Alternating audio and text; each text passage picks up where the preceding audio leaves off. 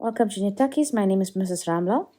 This is a video I have made for the grade 12s to help them with their final exam preparation. In this video, I will look at the Limpopo Prelim Paper 1, the 2021 paper. Right, 1.2. Give the correct biological term for each of the following descriptions. Write on only the term next to the question numbers in the answer book. 121. The part of the nervous system that increases the heartbeat. Our key word is increases heartbeat. This is something you must know. Of course, it's the sympathetic nervous system that increases the nervous system. You should already know parasympathetic will decrease the heartbeat. Write this down so you don't forget it. 122. The nerve fibers that joins the two cerebral hemispheres together. Two cerebral hemispheres together, that's the corpus callosum. Don't write corpus luteum. Be careful when you are writing this and concentrate and check your work. 123. The hormone that regulates the water concentration in the body, that we know is ADH. I would not write ADH. I would write the whole word antidiuretic hormone because it's very easy to make a mistake with abbreviations. 124. The fluid that protects the developing embryo against dehydration, amniotic fluid. 125. A tiny plastic tube with a hole in the middle, inserted in the eardrum to drain fluid from the middle ear. This is used in babies and this is a grommet. 126. The tip of the sperm containing enzymes. Of course, that is the acrosome. 127. The structural unit of the nervous system, a neuron. 128. A defect in the eye where the lens is irregularly curved. That is astigmatism. Spelling is important. Make sure you sound out your word so you spell it correctly. 129. The narrow passage forming the lower end of the uterus, that is the cervix. And then the last one, 1 to 10, the structure within the ovary that is responsible for the formation of progesterone, that we know is the corpus luteum. Be careful here. You can see there's corpus callosum and corpus luteum here. Concentrate when you're writing and then check your work after you've written the term. 1.3. Indicate whether each of the statement in column 1 applies to A only, B only, both A and B or none of the items in column 2. You must write down A only, B only, both A and B or none next to the question number in the answer book. 131. When the thyroid gland produces more thyroxine, the hormone thyroxine, what is that? Now, when a gland secretes too much, hyper means too much and hypo means little. So there we know the answer is already A only, not just A. 132. The part of the brain involved in picking up a pencil. Now, you picking up a pencil, so that's a voluntary action, so that's the cerebrum. But you're picking up the pencil and you don't fall, so it helps you to maintain balance. So it is both A and B. This is a nice question. 133. What has an exocrine as well as an endocrine function? That you should know. The pancreas, so it's B only. 1.4. The diagram below represents a section through the central nervous system. 1.4. Give the letter and the name of the part that serves as a pathway for nerve impulses to and from the brain. To and from the brain. So here's the brain. To and from. That can obviously only be C, the spinal cord. B. Give the letter and name of the part that is responsible for the ability to play chess. Now, playing chess, it's a voluntary action. So that, of course, is A, the cerebrum. Give the letter and the name of the part that is sensitive to the carbon dioxide concentration in the body.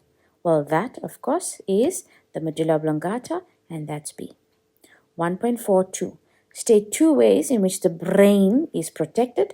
2 ways. You could have said the meninges, the cranium, or the cerebrospinal fluid. Make sure you spell cerebrospinal fluid correctly. 1.5. Study the diagram that follows. 151. Identify part A. Part A, if you look, is the tube that goes past the 3 glands. So that is the vas deferens or the sperm duct. Identify part B. Part B is this part here that's coiled on the testes. That we know is the epididymis. Spelling is very important here. Identify part D. Part D is the vas deferens. When it enters the penis is now known as the urethra. 152. Give the name of the part that protects the sperm against the low acidity in the urethra and the vagina. That, of course, is the prostate gland. And then 153, state one function of part B. Now, part B, we said, is the epididymis. So we know the epididymis stores sperm temporarily until the sperm is mature. Right, 2.1. Study the graph below of the menstrual cycle and answer the questions that follow. Now let's look at the graph. You have the hormonal regulation of the female reproductive cycle. Here on the one side you have the days. On the dependent variables you have the hypophysis hormone levels, development of the follicle, ovarian hormone levels, and thickness of the endometrium. 2.1.1. On which day does ovulation take place? Now, we look for the bursting of the Graafian follicle and the peak of the LH. So for me, it looks like day 14, but I see the memo also accepts 15 as well. 212. State two functions of luteinizing hormone. What does luteinizing hormone do? Luteinizing hormone causes the Graafian follicle to burst. So it's responsible for ovulation. Also is responsible for the formation of the corpus luteum. Right. 213. Describe the changes in the levels of LH shown in the graph. Now, can you see here, up to day 12, the LH levels are low. Then at day 14, it increases or peaks or increases sharply as the memo says. And then after day 14, there is a decrease or the levels remain low. That was a nice question. Right. 214. Explain the negative feedback mechanism that exists between progesterone and FSH. This is something you should already know, grade 12s.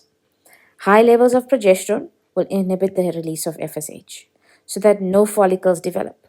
So no ovum is released, there's no ovulation, and there can be no fertilization. Right. 215. Explain why it can be deduced that fertilization did not take place in the 28-day cycle in the graph. Now, if you look at the graph, can you see? The corpus luteum is degenerating. Progesterone levels are decreasing. FSH levels are now increasing, and what's happening to the LH levels? It's also decreasing. This you had to take from the graph. It says in the question. 216. Describe the development of the zygote until it's ready for implantation. Well, that's easy.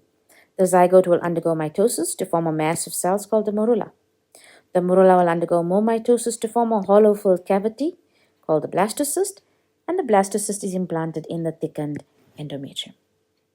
Right, that was a nice question. Let's move on. 2.2. In the diagram below, the letters A, B, and C. So yes, A, B, and C represents regions of the human nervous system that can be blocked by chemicals to make medical research. Using the key to the diagram, write on only the letter that indicates the following. Right. So we can see in the diagram the brain and the spinal cord and the toe. So A, what happens if the patient can move the toe but cannot feel the stimulus? Right. That means there's a block. So you can feel, right? You can move the toe, but you cannot feel. So of course, there's a block at C, the sensory neuron. B, if the skin of the toe is stimulated, the toe moves and the patient knows that it's moving. So you can feel it and you can move. So then definitely we know there's no block. C, when the skin of the toe is stimulated and the toe moves involuntarily, but the patient cannot move the toe voluntarily or feel that it's moving. Of course. So now the skin is stimulated, the toe and they both, toe and foot, move involuntarily. So where's the problem? The block is obviously here at the spinal cord. Okay. And the last one, the patient can feel the toe is being touched, but cannot move. Cannot move, so where's the block? At B. Right, 2.3. Sipo is pricked by a thorn while playing soccer on the recently leveled school ground with his friends. He immediately stops kicking the ball and starts jumping around with the pricked foot up. Describe what happens the moment Sipo stops kicking the ball and jumps around with the pricked foot up. Now, what has happened in his foot? The receptors in the skin receive the stimulus. The stimulus is converted into a nerve impulse. The impulse travels along the sensory neuron towards the spinal cord, along the dorsal root of the spinal nerve. Here, in the spinal cord, the sensory neuron makes synaptic contact with the connector neuron or interneuron, where the impulse is transported along the motor neuron, along the ventral root of the spinal nerve to the effector, which contracts and makes him pull his foot away. As you can see, the marks is 6 for 6 marks, and there's many ticks here. So here, obviously, they were looking for any 6. 2.4. Mary did an investigation in the laboratory to look at the effects of different concentrations of auxin on cell elongation in coleoptiles. Coleoptiles are young stems. She used the following procedure. 15 coleoptiles from one species of oat plants were used. All the coleoptiles used were of the same length. The tips of the 12 coleoptiles were cut off. These coleoptiles were put in groups A, B, C, and D. Each group of the 3 coleoptiles were injected with a different concentration of auxin as shown in the table. The last group E was used as a control in which the coleoptiles were not injected with auxin and the tips were not cut off. After 4 days, the length of the coleoptiles in each group were measured and the average was calculated. Now, 241. Formulate a hypothesis for the investigation. Now, a hypothesis must have your dependent and your independent variable. So that's very, very important. Now, let's look at the whole investigation. They want to look at the concentrations. They're looking at the auxin concentrations, how it's affecting cell elongation. If you look at the memo has many options. So you could have said cell elongation in the coleoptiles will increase as auxin concentration increases. Cell elongation will decrease as the auxin concentration decreases. Remember, you don't know what's going to happen if it's going to increase or decrease the cell elongation. Cell elongation will remain the same as the auxin concentration increases or decreases. Cell elongation will differ as the auxin concentration differs. Remember, the only thing they're looking for is the 2 variables. Auxin concentration, cell elongation, and whatever relationship. So you could have had the word increase, decrease, or differs. 242. Identify the dependent variable. What are you measuring? You are measuring the length of the coleoptiles, okay? Which is obviously cell elongation. Identify the independent variable. What are you controlling? The concentration of the auxin. Here the memo also accepts amount. Then 243. Why was the tip of each coleoptile cut off before they were injected with auxin? The tip is cut off because you want to remove the effect of auxin. Now, and you are injecting it with different auxin. So you want to see how your experiment is to see the different concentrations. So by removing the effect of the auxin, you prevent the different concentrations produced by each plant. So you don't want the concentrations produced by the different plants to affect your results as well. 244. State 2 other factors that should have been kept constant in all the groups. They should have used 1 type of soil, same amount of water or light or temperature, same size pot, same environmental conditions. Right. And then 245. What conclusion can be drawn from the results? Can you see? Increasing the auxin concentration, what does it do? It increases the cell elongation up to an optimum concentration, and then it will decrease it. Okay. And then it decreases cell elongation. Sorry, don't say it. Right. 3.1. Study the graph below that shows changes in the shape of the lens and answer the questions that follow. Write down the letter only of the graph that illustrates the adaptation of the following cases. Now, 3.1.1. We must match each of these 4 statements to the graphs. A mother is watching a toddler riding a bicycle away from her. So, of course, here it's away from her. So, it's going from near vision to distant vision. So, the answer, obviously, the best graph, then, of course, is B. So, you can see the lens is changing shape from more convex to less convex. 3.1.2. A cricket player watching a cricket ball being bowled towards him. That is, of course, C. So, it's going from distant vision to near vision. C. 313. A teacher checking a learner's homework in the book. Yeah. So the teacher's checking the learner's homework in the book. There's no change. It's near, so it stays the same. That's a nice question. And then they ask you, 314, explain your answer for 313. So they're asking you what happens for 6 marks for near vision. The ciliary muscle will contract, suspensory ligaments slacken, tension on the lens decreases, lens becomes more convex, refractive power of the lens increases, and a clear image of the book is formed on the retina. And the compulsory mark is accommodation. Grade 12s, you should have a set answer written down for accommodation for near and distant vision. So when you're given questions like this, you don't have to think. You should just regurgitate. Right. 3.2. Study the diagram of the human endocrine glands and answer the questions that follow.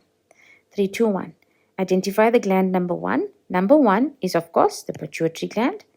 Identify the gland number 2, that's the thyroid gland. Identify gland number 3, that is the pancreas.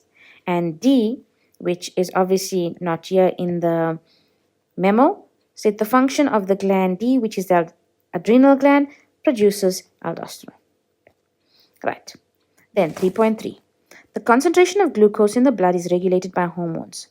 When the concentration of glucose in the blood rises or falls to dangerous levels, several organs in the body are affected.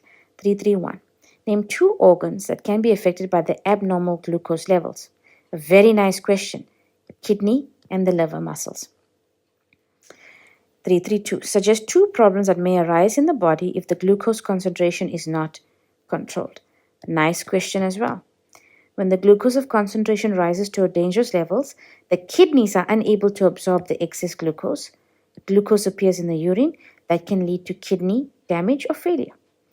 Or when the glucose of concentration of glucose drops to dangerous levels, the glycogen is not stored in the liver and the muscles. Glycogen cannot be converted into glucose, and it can lead to a diabetic coma or death. This is a very nice question. And here, you had to talk about when it's not controlled, when it's high or low. So you can see it's any 2 marks. Very nice question. Make a note of it. 3.3.3. How can the glucose concentration in the blood be controlled if it rises above normal? You know this. Insulin is injected into the bloodstream, and that will stimulate the conversion of glucose into glycogen. 3.3.4. Name the condition that is caused by high glucose levels in the blood. That's easy. Diabetes. Right. 3.4. Study the representation below and answer the questions that follow. 3.4.1. Define homeostasis. Homeostasis is the maintenance of a constant internal environment by living organisms within narrow limits, irrespective of changes in the external environment. A nice definition. Write it down. 3.4.2. Name the homeostatic process represented in the diagram. Here you can see in the picture the person is running, he's getting hot, right? And you can see radiation is occurring in his body, so that is thermoregulation. 3.4.3. Which environmental temperature will lead to an increase in metabolic rate? Okay, so which environmental temperature will lead to an increase in metabolism? Low environmental temperature. And 3.4.4. Describe the role of blood vessels labeled 6 and regulate the body temperature. Now, they're talking about now when it is cold. So what happens when it is cold? Of course, we know. And it's talking specifically of 6, right? In cold weather, so vasoconstriction will take place. Less blood flows to the surface of the skin, right? Less blood carries heat. Less heat is lost in the body. The sweat glands will produce less sweat, less cooling of the body, and the body temperature will return back to normal. Right, 3.5. Study the diagram of part of the human ear and answer the questions that follow. 3.5.1. Identify structures A. A is the tympanic membrane. I see the memo has eardrum here. Try not to use the word eardrum. 3.5.1. Identify structures B. B, the ossicles. 3.5.1c, identify structure C. That, of course, is the oval window. 3.5.2, state the function of part D. That's the round window. It prevents pressure buildup of waves and absorbs pressure from the inner ear.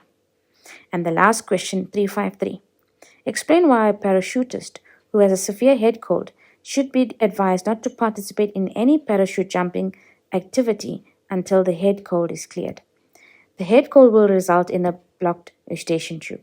There will be unequal pressure on either side of the tympanic membrane, and the tympanic membrane may burst. Right.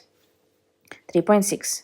Records of human fertility for the period 1971 to 2020 have shown changes in the sperm counts of men.